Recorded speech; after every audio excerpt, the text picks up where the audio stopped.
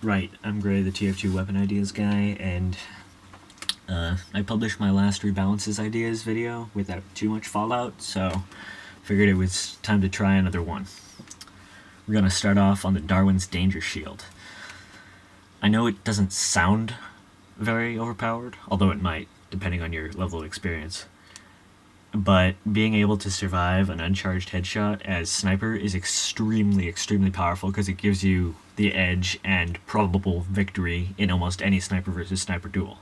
They're also the greatest counter to each other, so it's a really big problem and a really annoying weapon to face. Not only that, but it effectively has very little downside, since this is cancelled out, giving the sniper about his normal max health against explosives.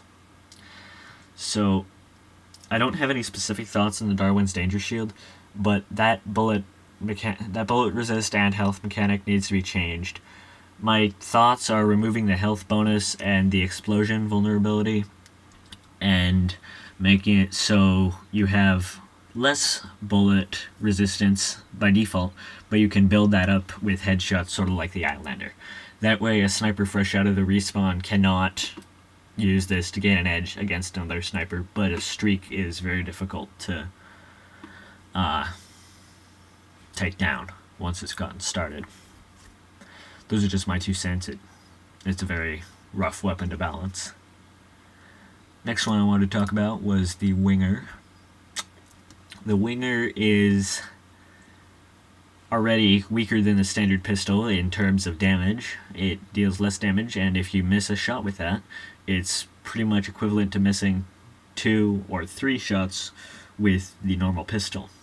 And that's just if you miss a single shot. But the thing I wanted to talk about here is this greater jump height. I personally don't see much of an application for this jump height. I have never found any place where it actually helps you, since maps are already balanced around the double jump of Scout and are really never really balanced for the Winger itself, if you know what I'm saying.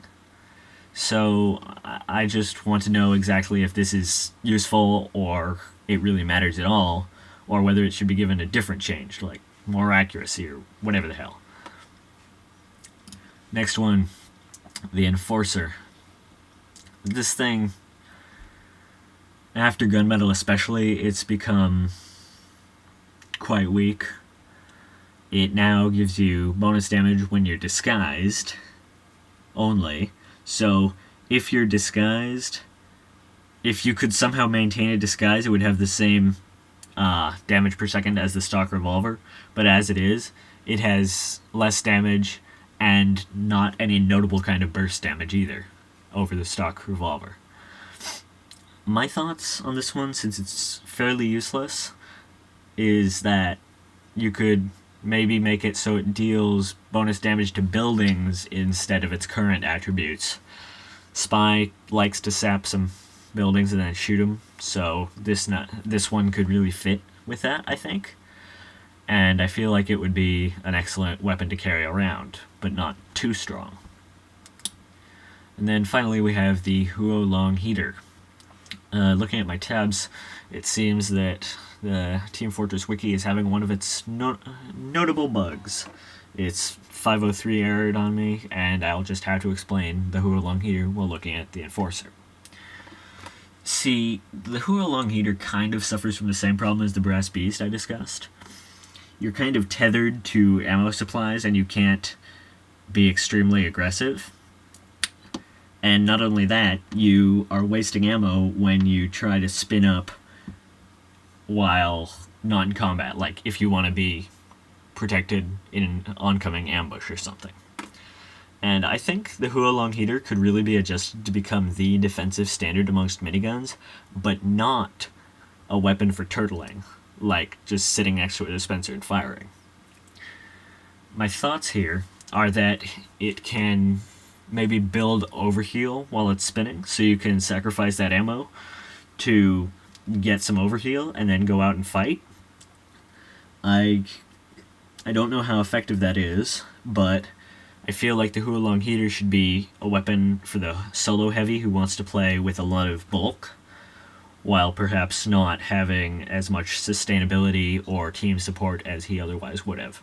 Obviously, the stats are very gray, very foggy at the moment, so I may elaborate on that later.